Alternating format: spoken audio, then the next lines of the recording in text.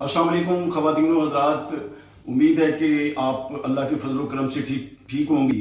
आज मैं आपसे जिस मौजू पर बात करने जा रहा हूँ वो बहुत अहम है, बल्कि ये कह लें कि पाकिस्तान की जमहूरी और सियासी तारीख में उसकी गैर मामूली अहमियत है।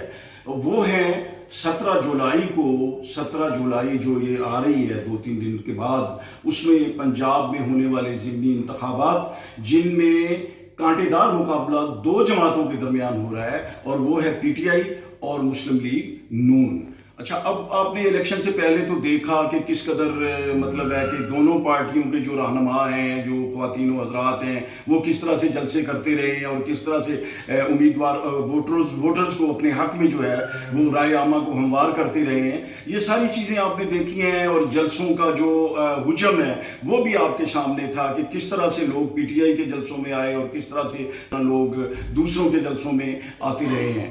अच्छा, मैं कहने ये जा रहा हूं कि इस इलेक्शन का जो नतीजा है वो क्या देख रहे हैं जो सियासी तज्जिया निगार हैं, जो मतलब है इस मुल्क में बहुत अरसे से पाकिस्तान की सियासत को जो है वो बड़ी गहरी नज़र से देख रहे हैं, उनकी पाकिस्तान की जो जमहूरियत है उस पर बड़ी नजरें हैं। तो इसमें यह है कि दो जमातें हैं मैदान में, और मरकज में और इस वक्त पाकिस्तान में जो है वो मुस्लिम लीग नून की हुकूमत है, और पंजाब में वो चाहते हैं कि उनकी हुकूमत हो। देखें, वो कहा जा रहा है जिस तरह पहले कहा जाता था माजी में मुगलों के दौर में कि जिसका मुल्तान उसका हिंदुस्तान, इसी तरह अब ये कहा जा रहा है कि जिसका लाहौर उसका पाकिस्तान। यानी जो पार्टी लाहौर में जीतेगी, ये ज़िमनी इलेक्शन जो है जो 20 सीटों पर हो रहा है, वो पंजाब में हुकूमत बना सकेगी। इस तरह से मुस्लिम लीग नून की अगर वो जीतती है तो उसकी अमलदारी पूरे पाकिस्तान पर हो जाएगी। और ये वक्त अगर ऐसा हो जाता है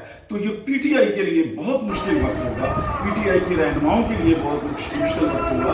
मैं देख रहा हूँ कि उसके बाद फिर गिरफ्तारियां भी होंगी, फिर पेशीज भी होंगे। अगरचे नैब तकरीबन जो है ना वो गैर फाल हो चुकी है, नैब को इन्होंने कर दिया, लेकिन और बहुत तरीके हैं जिस तरह पहले पर्चे होते रहे हैं लोगों पे, इस तरह से वो मुकदमात भी जो है ना वो दर्ज होंगे, और हो सकता है जो आला क़यादत है उसकी भी गिरफ्तारी हो। लेकिन ये मैं देख रहा हूँ और तजिया निगार देख रहे हैं कि अगर ऐसा होता है तो इसका रद्द-ए-अमल अवामी सतह पर बहुत सख्त होगा।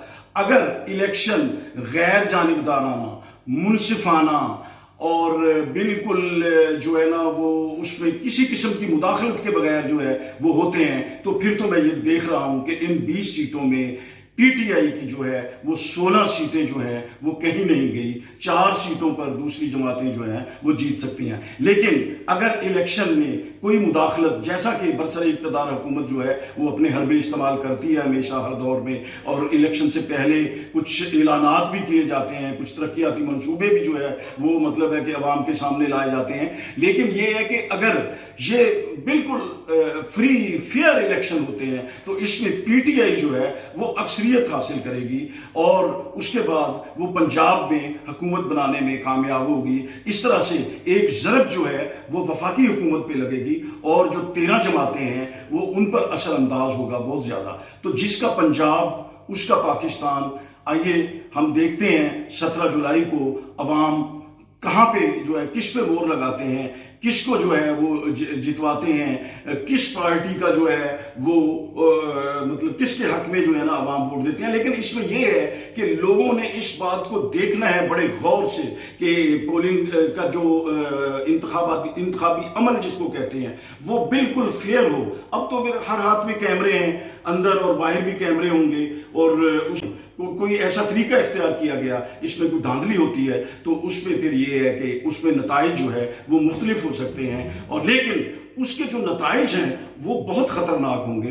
वो मुल्क के लिए, मुल्क की सलामती के लिए, अमन व अमान के लिए और हमारे पाकिस्तान के लिए वो बड़े खौफनाक होंगे।